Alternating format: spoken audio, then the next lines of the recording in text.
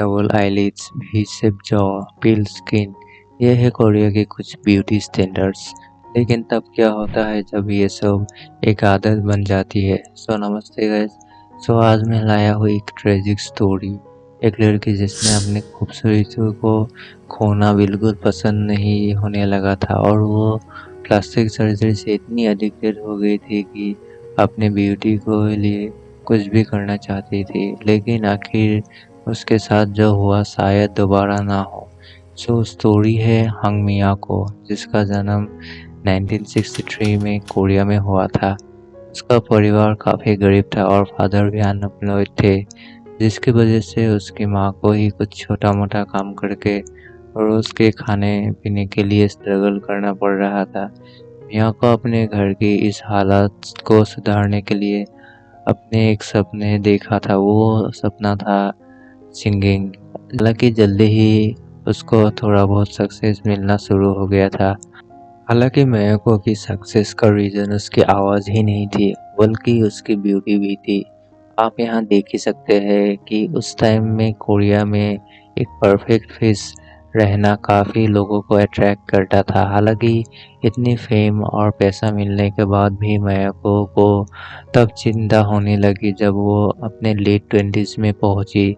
अब मेयको को बाकी सबसे कम्पीट करने के लिए खुद को सुंदर बनाए रखना था, तो मेयको ने अपना फेस के रिंकल्स को ठीक करने के लिए कुछ फिलर्स का यूज़ करना शुरू कर दिया था और इससे मेयको को काफ़ी सेटिस्फेक्शन भी मिलने लगी और ये प्रोसीजर अब रेगुलर करने लगी थी। पर इसका अब नेगेटिव इम्पैक्ट पड़ना शुरू हो गया था, क्योंकि मेयको ने हद से ज़्यादा अपना आप में ये प्रोसीजर यूज़ करने लग गई थी और 90s के टाइम इतना सेफ नहीं था।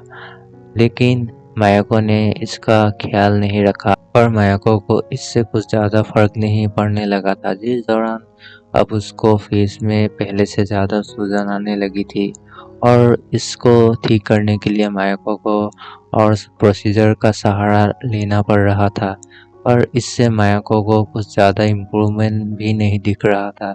तो एज 28 में मायाको ने डिसाइड किया कि वो प्लास्टिक सर्जरी का सहारा लेगी ताकि परमानेंटली इसको ठीक कर सके। लेकिन सर्जरी के बाद मायको को काफ़ी शौक लगा। उसने देखा कि इससे कुछ फ़ायदा नहीं हो रहा है, बल्कि पहले से भी कंडीशन अब ख़राब हो गया था, जिससे अब वो काफ़ी स्ट्रेस रहने लगी थी और काम मिलना भी बंद हो गया था।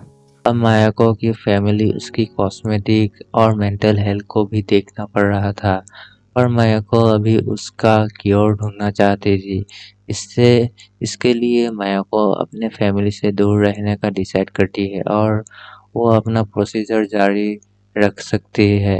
फाइनेंशियल कंडीशन खराब होने की वजह से अब मायाको के पास सर्जरी करवाने के एक्सपेंसिव और कॉस्मेटिक खरीदने के लिए पैसे नहीं थे। तो मायाको ने अब इलीगली प्रोडक्ट यूज़ करना शुरू कर दिया, बल्कि ये आदत इस हद तक बढ़ गई थी कि मायाको ने कुकिंग ऑयल तक अपने फेस पे इंजेक्ट कर दिया था और मार्केट से सस्ता कॉस्मेटिक्स प्रोडक्ट्स यूज़ करना शुरू कर दिया था।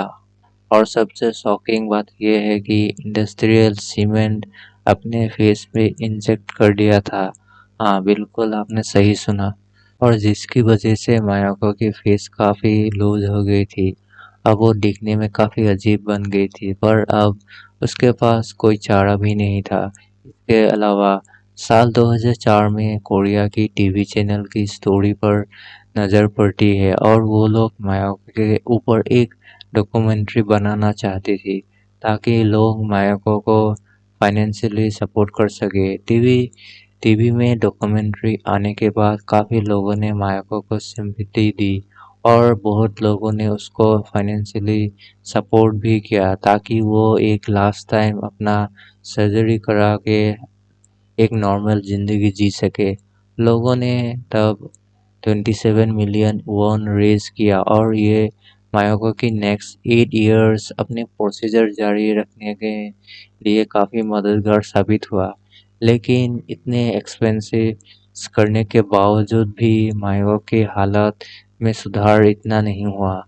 अब मायाको ने ये एक्सेप्ट कर लिया था और मायाको एक नॉर्मल लाइफ जीना चाहती थी, तो वो एक जॉब करने का डिसाइड करती है। पर काफ़ी सारे जॉब में ट्राई करने के बाद भी लोग उसे रखना नहीं चाहते थे और हिचकिचाते थे।